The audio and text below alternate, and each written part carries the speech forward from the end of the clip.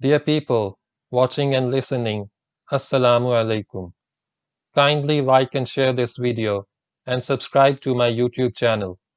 Please support my channel by contributing to my Patreon account so that I can continue making the audiobook series. Tipu Sultan, who was the ruler of the kingdom of Mysore in South India, during his reign used to write down his dreams. They were penned down by Tipu himself in Persian language dating from 1785 to 1798. The penned down dreams are 37 in total. After the fall of Seringapatam in 1799, the manuscript was discovered by Lieutenant Colonel William Kirkpatrick after a thorough search of his bedchamber during the ransack of Tipu's palace. The manuscript was so well hidden that even Tipu Sultan's confidant Munshihabibullah had never seen it before. The letters have been translated into English by Dr. Mahmood Hussain, former Minister of Education and Professor of History in the University of Karachi, Pakistan. Dream 11.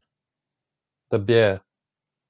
On the 10th of the month designated summary, the year Shata 1218 from the birth of Muhammad at Nazarabad, while returning from Farooqi, when our troops were about to give battle to the Nazarenes, Nizam Ali and the Marhattas, and in accordance with the rules and regulations, I was encamped at a distance of about a mile from the army.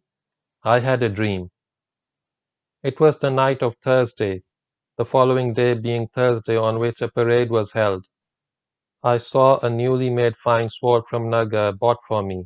I unsheathed it, and holding it in my hand I was praising it, when people shouted that a bear was coming. I stood up and saw a very big bear heading towards us. As soon as he came near me, I struck him with my sword. With the very first strike I cut his throat, and with the second his mouth, which was cut into pieces and fell apart. Shortly afterwards came Muhammad Raza, a bear leader whom I had left while on the march to kill bears. I inquired from him how many bears he had killed. The bear leader mentioned above replied that he had killed 4 while one had escaped after being wounded. In the meantime I woke up, since morning had already dawned.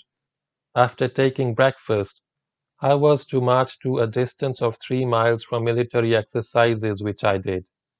While the excursion was on, the bear leader mentioned above came and informed me that he had killed 2 bears and flayed them while one had escaped into his den after receiving a wound.